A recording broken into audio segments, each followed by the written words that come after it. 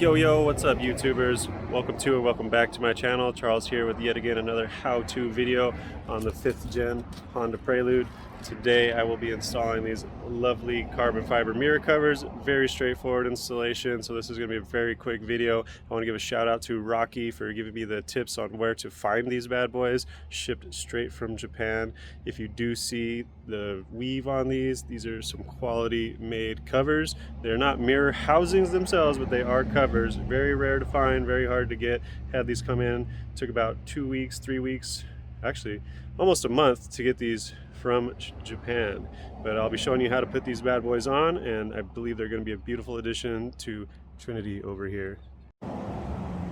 Alright, so here we have the two mirror housing covers. So like I said, really beautiful weave design on these. They're going to look great. A couple tools that you might want to have: rubbing alcohol, a rag, so that way you could use the rubbing alcohol. And I brought a little pick tool. You don't necessarily need a pick tool. Your fingernails could work, razor blade could work, flathead could work.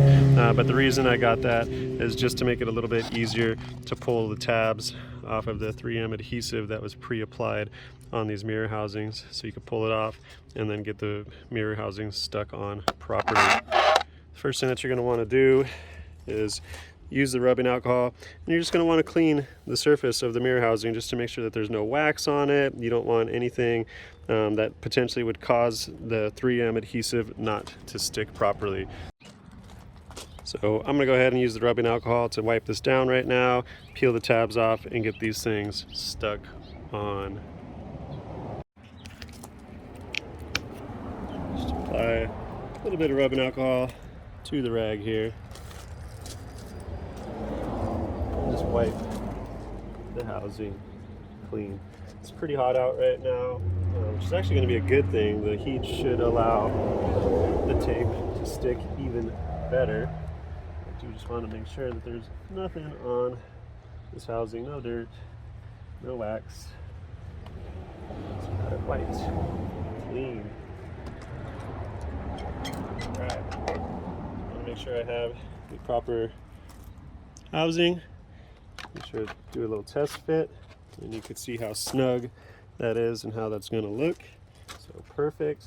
Now when you pop it off really quick, use the little poking tool here to get under the tab, peel the tab off, set it aside. Same thing here, using the pick tool just to get in between the protective covering. Get that peeled off, and one more here. Now I'm hoping I can get this on in one shot. Ooh, actually looks like some got left over. Get that look. So that one's split into two. Looks like it's two separate pieces actually looking at it. So let me get that off. And I'm hoping it should just press on. I'm hoping this doesn't stick before it gets all the way on. I don't want to ruin that, but let's see here. Boom.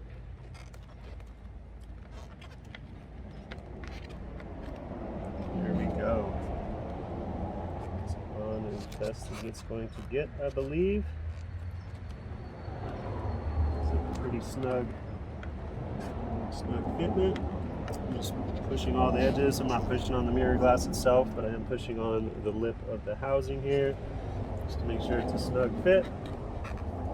And that is not going anywhere. It's on solid. And I think it looks really good. It gives enough clearance still, so that way these auto folding or power folding mirrors can still power fold. That is a great look. Alright, so for the other side, it's going to be a repeat process. Squirt some rubbing alcohol onto the rag. Wipe the housing down. You might see the housing get a little bit dull compared to the shine that it used to have, because again, this rubbing alcohol should be taking off any of the wax that I've had on it, coatings and stuff. So just making sure, wipe it down really good. Ta-da! Got the mirror housing now in my hand, and we are once again going to be taking off the cover, protective cover for the 3M adhesive. Peel it off. Like I said, this pick tool makes it so much easier just to get it off. People use razor blades, but I really think this pick tool is a lot easier because it's longer than a razor blade, has a nice handle, so just overall makes the job a bit easier. You definitely want to try not to touch any of the tape prematurely, so you don't get any oils or greases from your fingers or your hands on it. Turn it on, and once again we're going to try to go straight on with it and hope that it doesn't get stuck. These top pieces get stuck in the right place. So here we go, straight on, looks good.